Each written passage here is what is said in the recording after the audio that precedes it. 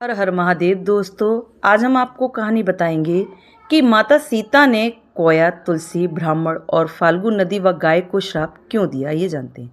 कोया, तुलसी, फाल्गु नदी व गाय को माता सीता ने श्राप दिया था। यही कारण है कि गया में आज भी तुलसी का पौधा नहीं उगता है। ब्राह्मण कभी भी संतुष्ट नहीं होते हैं। इसकी कथा बेहद ही रोचक है। आखिर बिहार के गया में क्यों नहीं उगता तुलसी का एक भी पौधा? क्यों ब्राह्मण कभी संतुष्ट नहीं होता? फाल्गु नदी सिर्फ नाम की नदी है। क्यों कोया हमेशा लड़ झगड़ कर ही खा पाता है? कोआ, तुलसी, ब्राह्मण व गाय को माँ सीता ने क्यों श्राप दिया था? इसके बारे में कुछ लोग ही जानते हैं। आइए हम विस्तार से इस बारे में बताते हैं। वाल्मीकि रामायण के मुताबिक वनवास के दौरान भगवान राम, लक्ष्मण और माता सीता पितृपक्ष में श्राद्ध करने के लिए बिहार के गया धाम पहुंचे। वहां ब्राह्मण ने भगवान श्री राम और लक्ष्मण को श्राद्ध कर्म के लिए आवश्यक सामग्री जुटाने के लिए कहा। इस पर भगवान राम व लक्ष्मण नगर की ओर सामान लाने के लिए निकल पड़े। ब्राह्मण देव ने माता सीता से आग्रह किया कि पिंडदान का समय निकलता जा रहा है। ये सुनकर माता सीता की व्यग्रता भी बढ़ती जा रही थी, क्योंकि श्री राम और लक्ष्मण अभी लौटे ही नहीं थे। इसी दौरान दशरथ जी की आत्मा ने उन्हें आभास कराया कि पिंडदान का वक्त बीता जा रहा है। ये जानकर माता सीता असमंजस में पड़ गईं। तब माता सीता ने समय के महत्व को समझते हुए यह निर्णय लिया कि वे स्वयं अपने ससुर राजा दशरथ का पिंडदान करेंगी।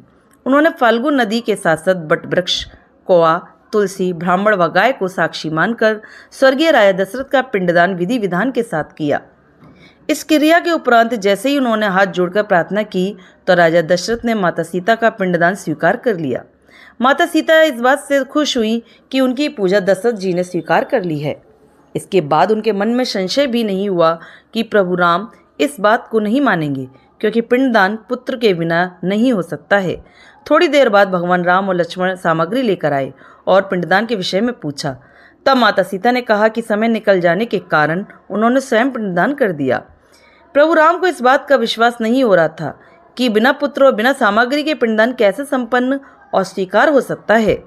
इसके बाद माता सीता ने कहा कि वहाँ उपस्थित फाल्गु नदी, तुलसी, कोया, गाय, वृक्ष और ब्राह्मण श्राद्ध कर्म की गवाही दे सकते हैं।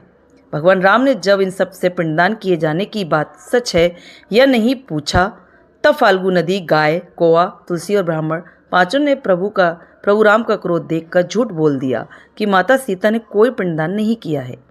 वृक्ष ने सत्य कहा कि माता सीता ने सबको साक्षी मानकर विधि पूर्वक राजा दशरथ का पिंडदान किया है। पांचों साक्षी के झूठ बोलने पर माता सीता ने क्रोधित होकर उन्हें आजीवन श्राप दे दिया। फाल्गु नदी को श्राप दिया कि वह सिर्फ नाम की नदी रहेगी, उसमें पानी नहीं रहेगा। इसी कारण फाल्गु नदी आज भी गया में सूखी है।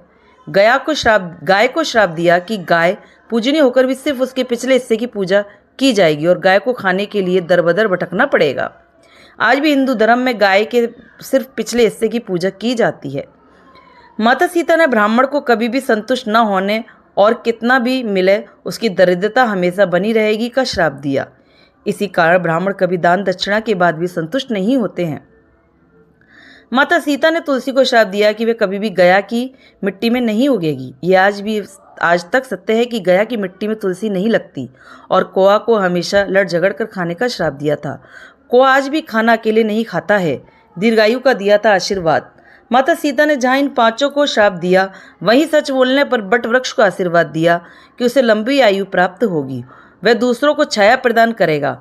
पतिव्रता स्त्री उनका स्मरण करके अपने पति के दीर्घायु की कामना करेगी। तो दोस्तों, देखा कि माता सीता ने इन पांचों को किस प्रकार श्राप दिया और किस प्रकार उनके बात को गलत किया। कहानी अच्छी